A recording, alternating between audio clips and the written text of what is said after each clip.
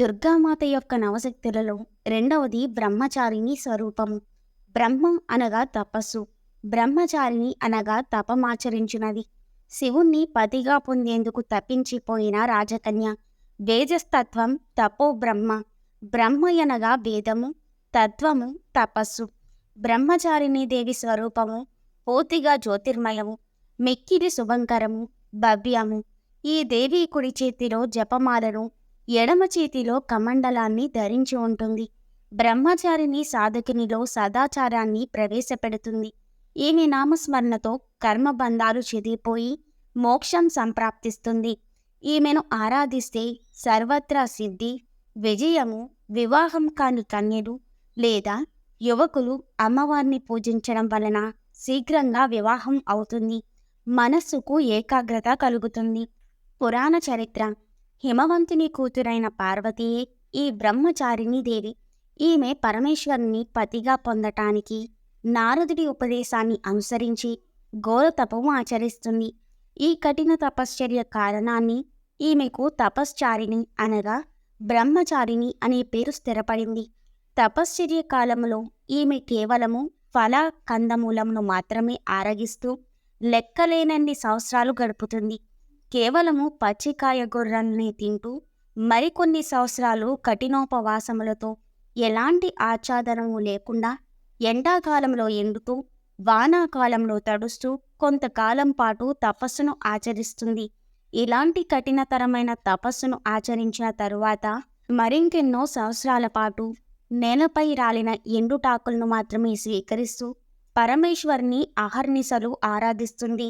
మెల్లిగా ఎండుటాకులను కూడా తినటం మానివేసి అపర్ణ అయి చాలా కాలం పాటు ఆహారము, నీళ్లు కూడా ముట్టకుండా ఘోరమైన తపస్సును ఆచరిస్తుంది.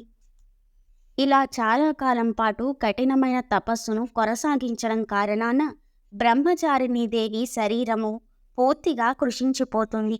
ఈవిడ స్థితిని చూసి తల్లి అయిన మీనాదేవి ఎంతగానో దుఃఖిస్తుంది.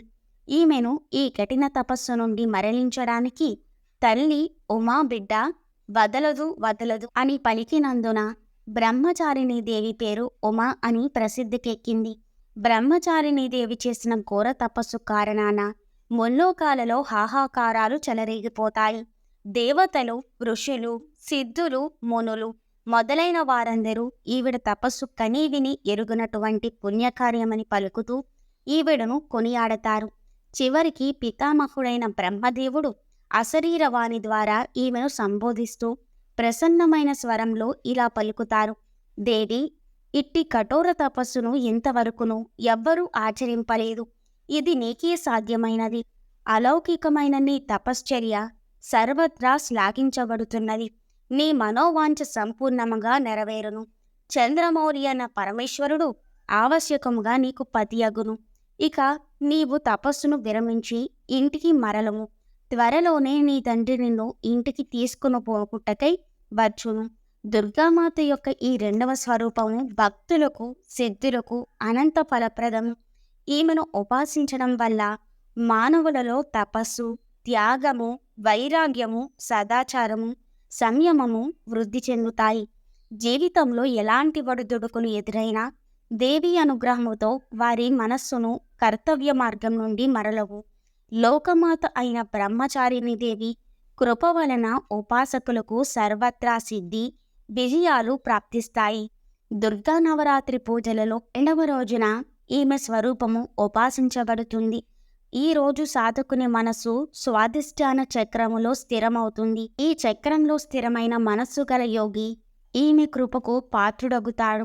అతనికి ఈమె ఎడల భక్తి, ప్రపత్తులు దృఢమవుతాయి. అలంకారము గాయత్రీదేవి పసుపు రంగు. నివేదనం పులిహార.